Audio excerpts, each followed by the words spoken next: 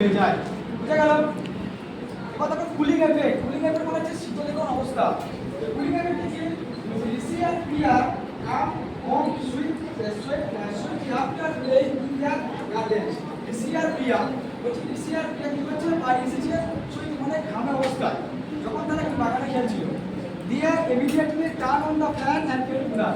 তারা কি করে তারা বাজে গেল এবং আশা করে তারা কি করলো সঙ্গে সঙ্গে তারা ফ্যান কি করলো চালিয়ে দিল তাদের শরীরটাকে ঠান্ডা অনুভব করার জন্য। After a while, কিছুক্ষণ বাদ the wind their faces will adapt and immediately get replaced. কিছুক্ষণ বাদ কি হলো the wind air তাদের শরীরটাকে বুঝলো মানে wind মানে হচ্ছে তাদের শরীরটা কি করে আমরা ঘামটা বুঝলো কি জাম হিসাবে একটা টাওয়েল দিয়ে ঠিক আছে এবং এই টাওয়েল দিয়ে জাম টাওয়েল দিয়ে তার মুখটা মুছলো। আচ্ছা আমরা কেন যখন আমরা একটা বড় করে ইমেজে যখন কি করি তখন আমরা বডির হালকা ঘোরা টাওয়েল যাতে আমাদের শরীরের মধ্যে কি হয়ে যায় আমাদের শরীরের মধ্যে যে আমরা যে কষ্ট অনুভব করি সেই কষ্টটা কি হয়ে যায় লাঘব হয় বা কষ্টটা না হয়। সেই জন্য দেখো আচ্ছা ইমিডিয়েটলি ফেল রিফ্রেশ তারা কি নিজেকে ঠান্ডা অনুভব করলো। This cooling sensation is due to the evaporation of sweat from their bodies and the water from the faces.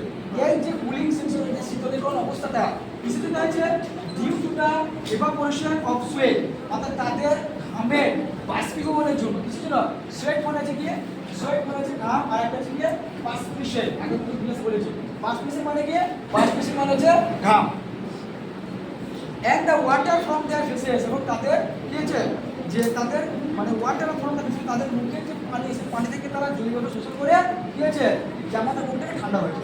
বুঝা গেল কিসের জন্য হয় এও করেছে অর্থাৎ ঘামটা কিসের জন্য হয় ঘামটা হয় কিসের জন্য পরিশ্রমের জন্য সোয়েট কিসের হয় এও করার জন্য।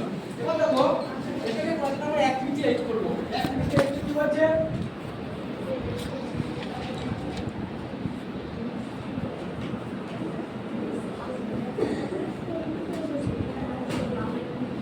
রমান মাথাটা হটা রে